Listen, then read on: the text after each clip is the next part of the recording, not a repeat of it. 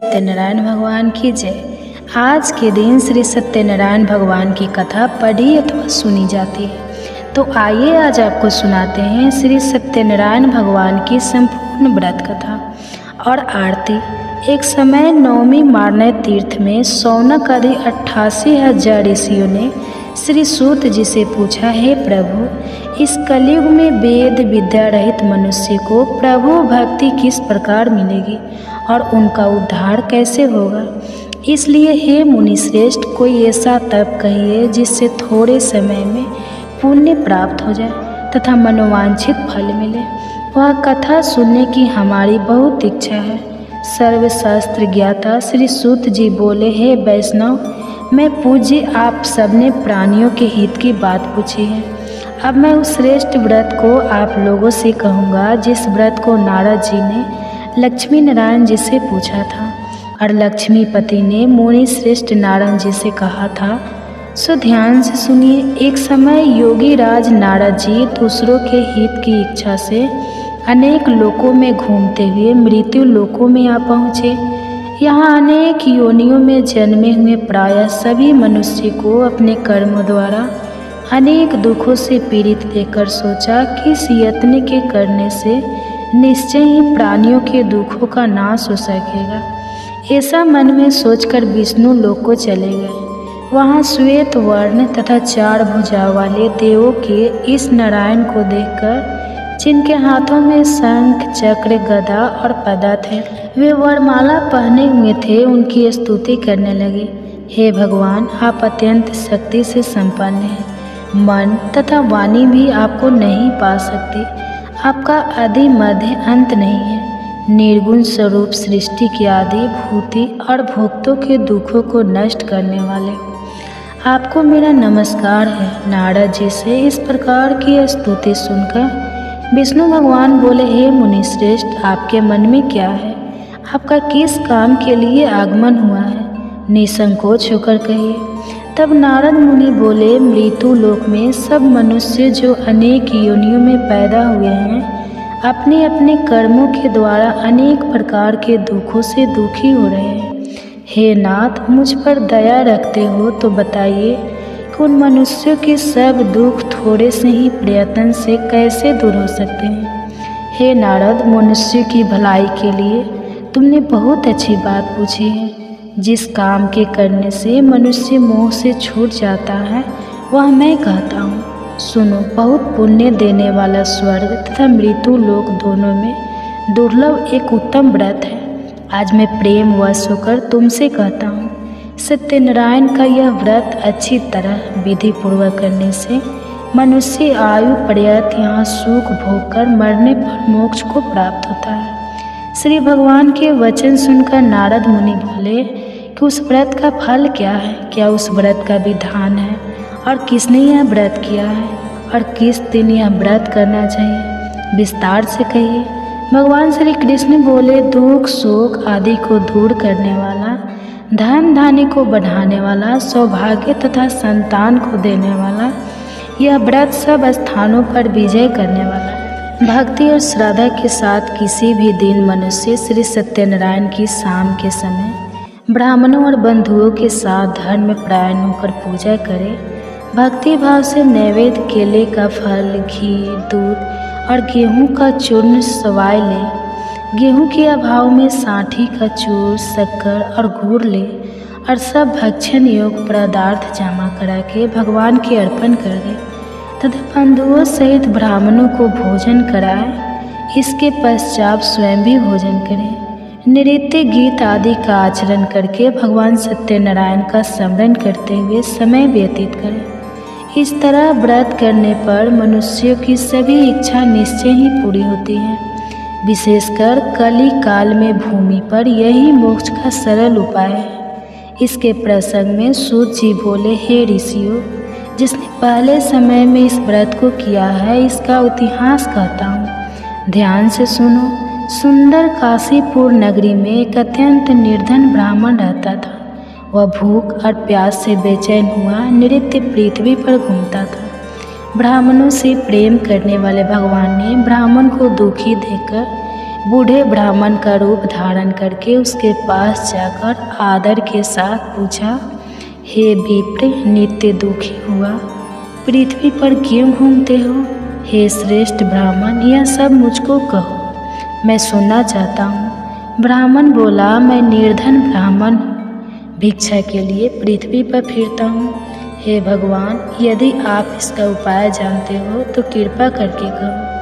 वृद्ध ब्राह्मण बोला कि सत्यनारायण भगवान मनवांछित फल देने वाले हैं, इसलिए हे ब्राह्मण, तू उनका पूजन कर, जिसके करने से मनुष्य सब दुखों से मुक्त होता है। ब्राह्मण को व्रत का सारा विधान बताकर बूढ़े ब्राह्मण का रूप धारण करने वाले सत्यनारायण भगवान अंतर्ध्यान हो गए। जिस व्रत को वृद्ध ब्राह्मण ने बताया है, मैं उसको करूँगा।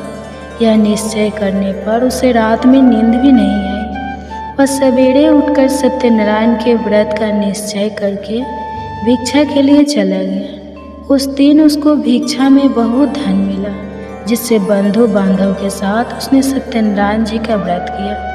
इसके करने से वह ब्राह्मण सब दुखों से छूटकर अनेक प्रकार की संपत्तियों से युक्त हो गया। उस समय से वह ब्राह्मण हर मास व्रत करने लगा। इस तरह सत्यनारायण भगवान के व्रत को जो करेगा वह सब पापों से छूटकर मोक्ष को प्राप्त होगा। आगे जो पृथ्वी पर सत्यनारायण का व्रत करेगा वह मनुष्य सब दुखों से छूट जाएगा। सूत जी ऋषियों से बोले कि इस तरह नारद जी ने नारायण का कहा हुआ यह व्रत मैंने तुमसे कहा। हे विप्रो, मैं अब और क्या कहूँ?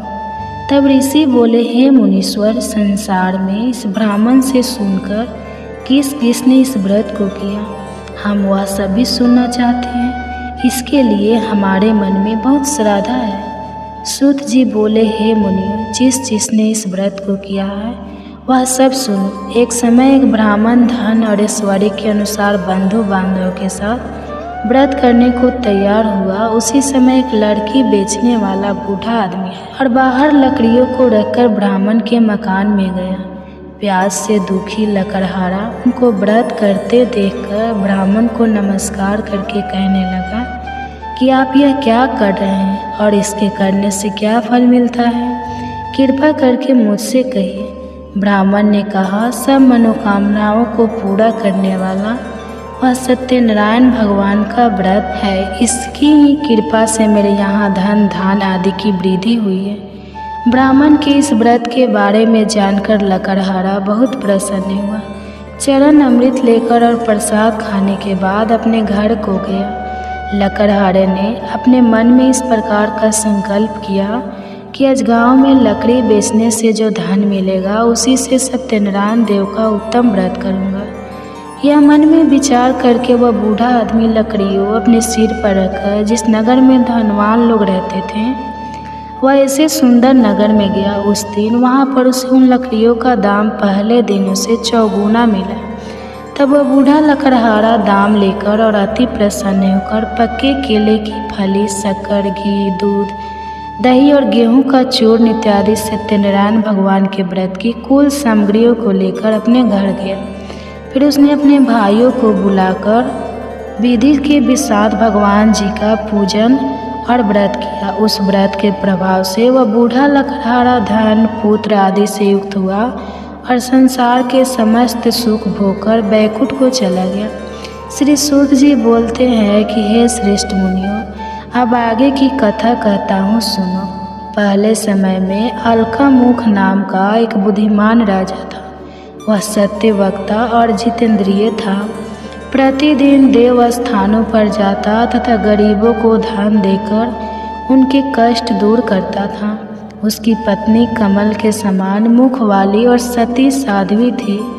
भद्रशिला नदी के तट पर उन दोनों ने श्री सत्यनारायण भगवान का व्रत किया। उस समय में वहाँ एक साधु वैश्य आया। उसके पास व्यापार के लिए बहुत सा धन था। वह नाव को किनारे पर ठहराकर राजा के पास आ गया और राजा को व्रत करते हुए देखकर विनय के साथ पूछने लगा, हे राजन, भक्ति युक्त चित से यह आप क्या कर रहे हैं? मेरी सुनने की इच्छा है, सो आप यह मुझे बतलाइए।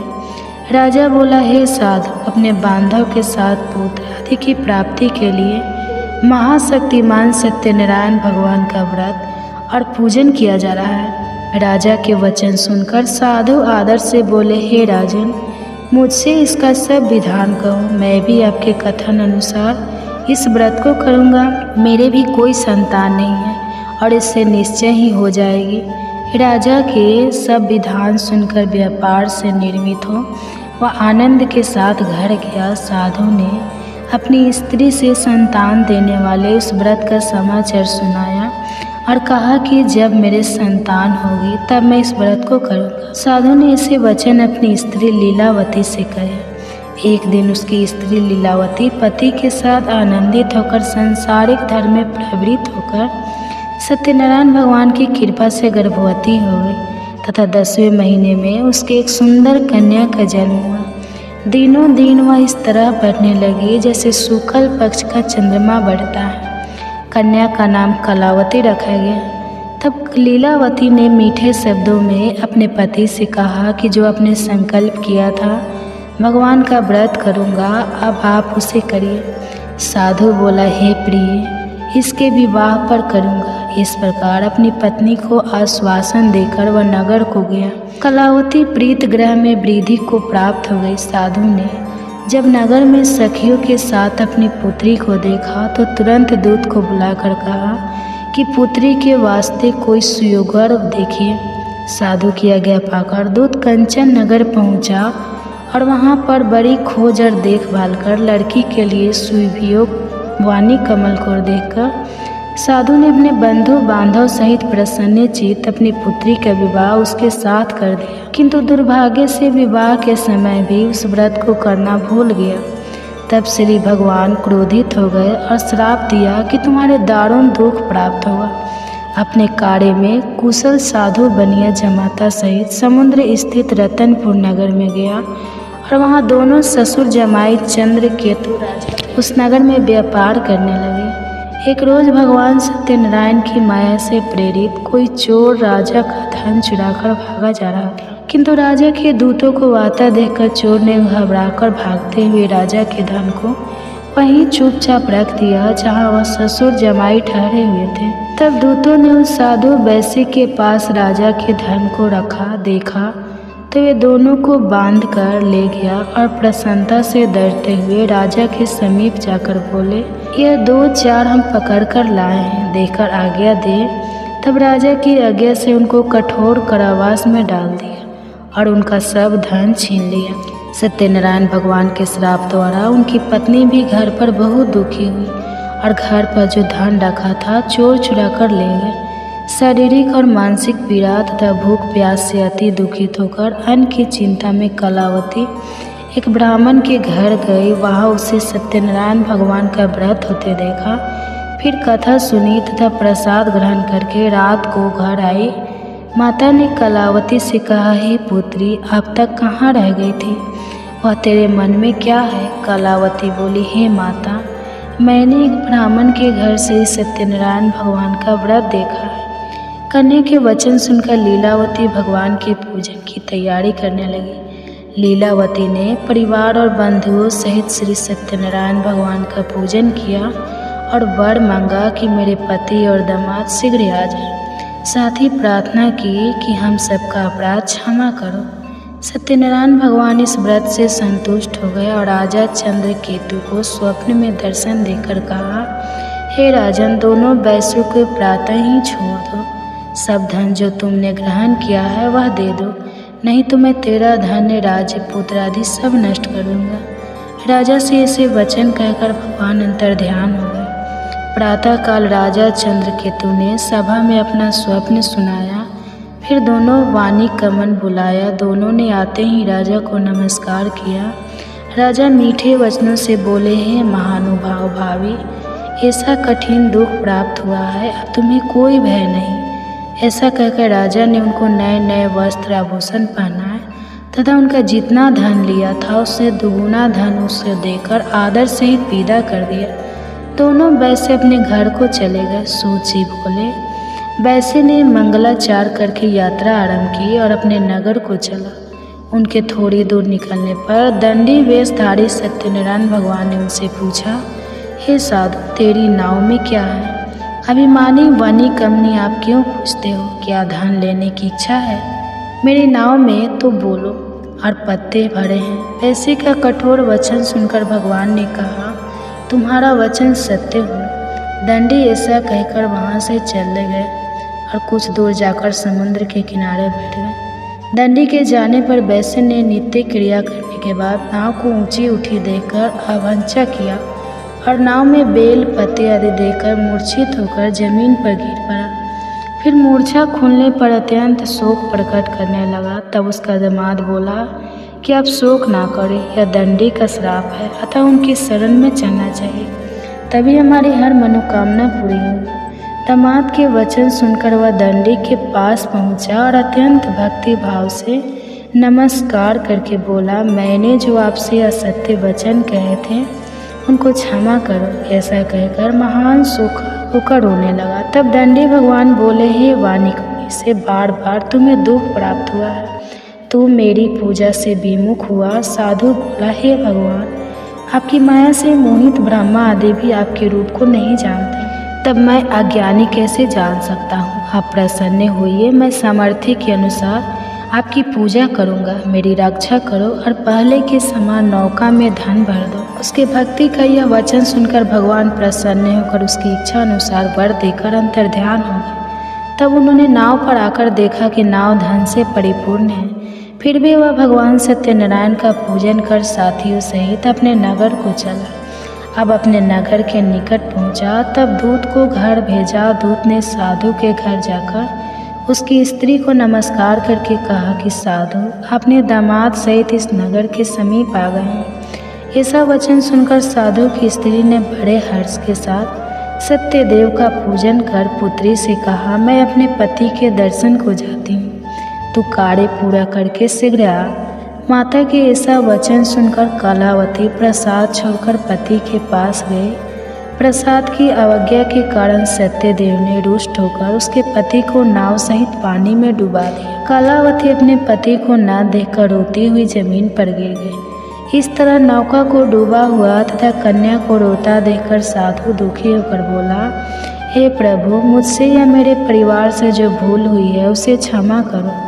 उसके 3 वचन सुनकर सत्यदेव प्रसन्न हो गए और आकाशवाणी हुई कि हे साधु, तेरी कन्या मेरे प्रसाद को छोड़कर आई है, इसलिए इसका पति अदृश्य हुआ है। यदि वह घर जाकर प्रसाद खाकर लौटे तो इससे पति अवश्य मिलेगा। ऐसी आकाशवाणी सुनकर कलावती ने घर पहुंचकर प्रसाद खाया, फिर आकर पति के दर्शन किए। तत्पश्चात साधु ने बंधु बांधव सहित सत्यदेव का विधि पूर्वक पूजन किया। उस दिन से वह पूर्णिमा को सत्यनारायण का पूजन करने लगा। फिर इस लोक का सुख भोगकर अंत में स्वर्ग लोक को गया। सूत जी बोले, हे ऋषियों, मैं और भी कथा कहता हूँ, आप सुनिए आरती। जय जगदीश हरे स्वामी, जय जगदीश हरे। भक्त जनों के संकट, दास जनों के संकट क्षण में दूर करे। जय जगदीश हरे स्वामी, जय जगदीश हरे। भक्त जनों के संकट, दास जनों के संकट क्षण में दूर करे। जय जगदीश हरे।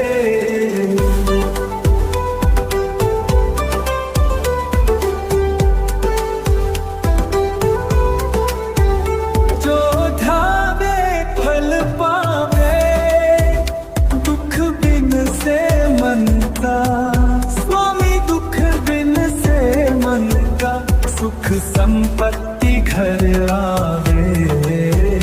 कष्ट मिटे तन का। जय जगदीश हरे स्वामी, जय जगदीश हरे। जो ढावे फल पावे, दुख बिन से मन का। स्वामी दुख बिन से मन का सुख संपत्ति घर आवे। कष्ट मिटे तन का।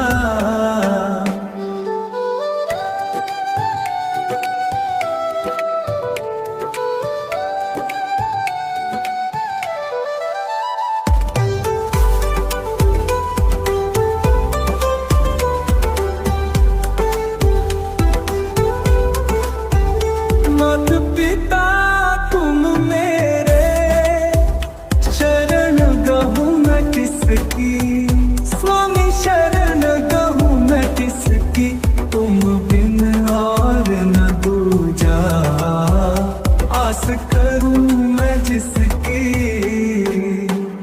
जय जगदीश हरे स्वामी जय जगदीश हरे।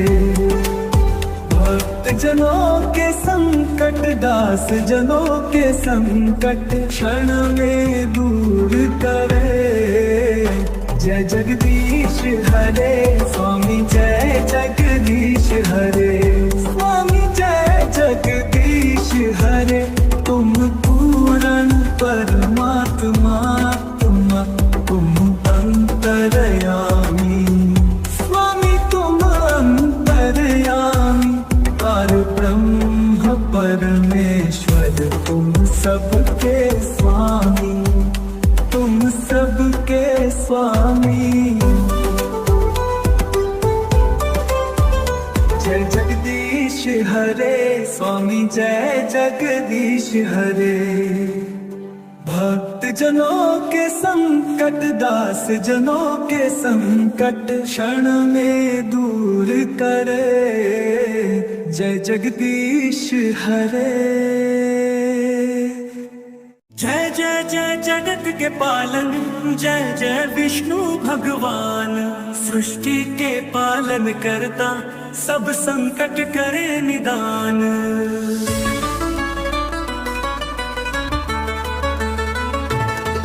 जय विष्णु भगवान जग प्यारे। सतयुग त्रेता द्वापर तारे। युग में भी नाम तुम्हारा सुखदाई सब संकट हारा। शेष नाग पर शयन बनाए धरती को निज रूप दिखाए। जल के भीतर रूप निराला नारायण अवतार संभाला। जय विष्णु भगवानन जय जय विष्णु भगवान। सृष्टि के पालन करता सब संकट करे निदान।